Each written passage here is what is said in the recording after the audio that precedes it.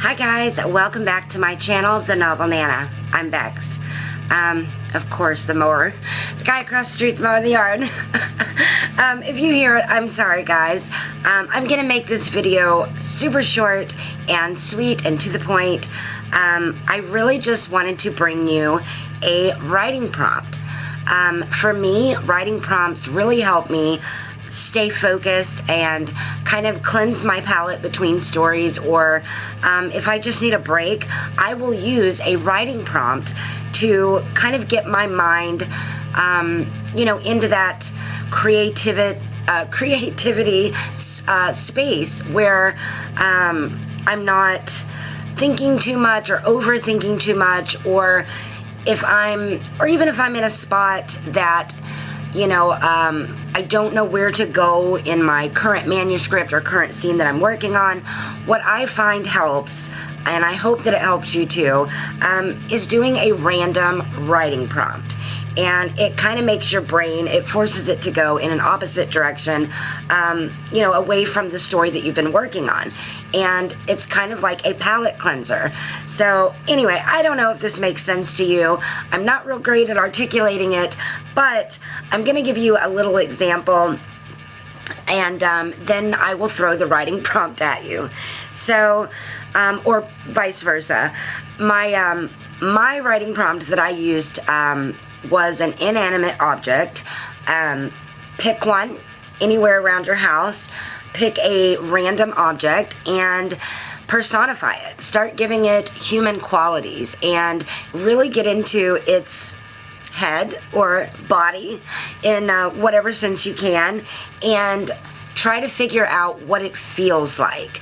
I find that this is a great and fun, interesting exercise to do, and it always helps me, especially if I'm kind of in a slump in my writing, or if I've hit a wall.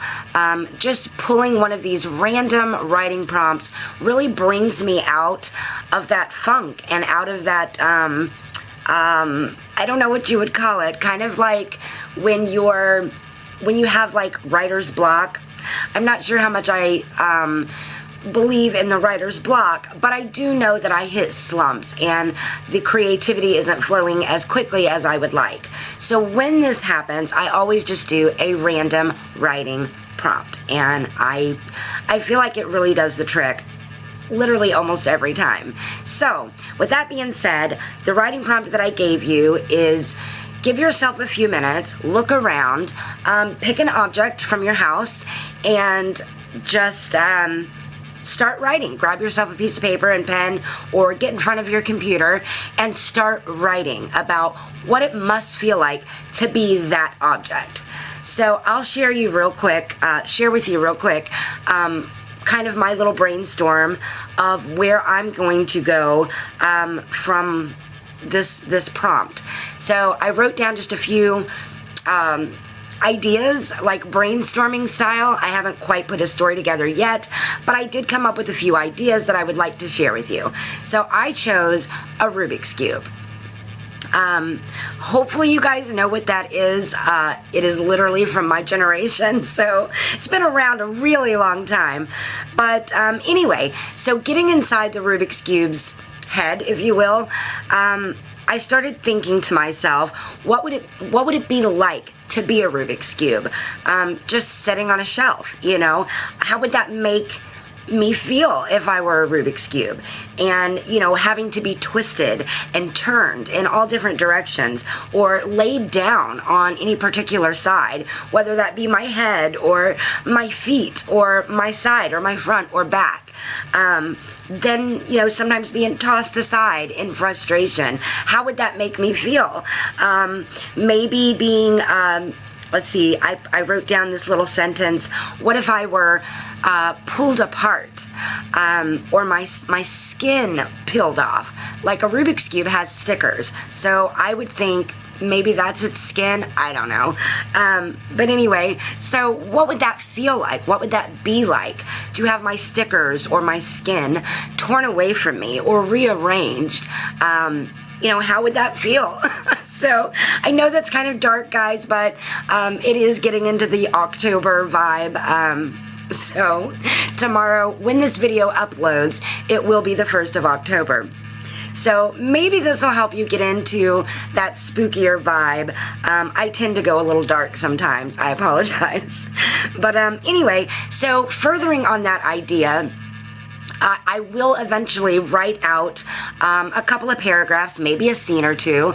Maybe I'll turn it into a very short story. But for now, I'm just going to share with you what I have brainstormed. So I thought about what would it feel like being pulled apart, dismantled piece by piece. What would it feel like being laid bare at my very core? What would a Rubik's Cube think of, of humans and of the surroundings, wherever they may be laid or placed at in the house or on a shelf or, I don't know, in a toy box or in a store aisle? How would that make them feel? Also, how would they feel when a human hand gropes them and twists them and turn them? Let's see, I have this sentence: a human hand groping and twisting, turning with fury and concentration. How would a Rubik's Cube perceive this action? Also, would the Rubik's Cube compare itself to a human? Meaning that it was, smashed down, like compacted, not so different than a Rubik's Cube, having a top being our head, a bottom, our feet. The sides would be like our limbs, our arms and legs. How would a Rubik's Cube perceive humans? Also, would they feel sorry for us if they were thinking about us? Because we never really truly get to show all of our colors like a Rubik's Cube does. So anyway, if we were forever stifled in, one color, so how would a Rubik's Cube perceive humans? So anyway, these are all of my little brainstorm ideas, my little unfinished, fleshed out sentences or ideas. I'm hoping that I will get to really, just kind of dig in and explore the options of what I have here and somehow make it into a cohesive piece of writing. So I challenge you to do the same. You don't have to do a Rubik's Cube like I'm doing, and I really suggest that you don't, since I've already kind of put it out there. But, you do what works for you. It's just a fun little exercise. But I probably will be using this to form some sort of short story. So please, don't take what I have said and, paste it onto yours. So anyway, pick your own object and just kind of let the inspiration flow. Let the ideas, whether they be fully formed or not, just put them down on paper, and I think that it will help you. It helps me. But anyway, see what you got and see where you can take it and what you can make of it. And I hope that this helps. I figured it was kind of neat and sort of spooky to add to that vibe of the whole October month coming up. So when this goes up, it will be October. So anyway, I hope you guys liked this type of video. I will be more than happy to bring you guys lots of different writing prompts if you're interested. Anyway, if you like this type of video, give it a thumbs up. Hit that notification bell. It'll let you know when the next time I upload, which is usually on Tuesdays and Thursdays at 10 a.m.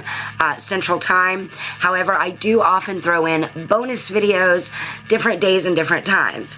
So just ring that bell and it'll let you know. Also, comment down below what you thought of this exercise, this writing prompt. And if you want to comment maybe what you're doing yours on, that'd be great. I'd love to read about it. And I guess that's all, guys. Subscribe if you want to, and I'll see you in the next video. Happy writing. Bye.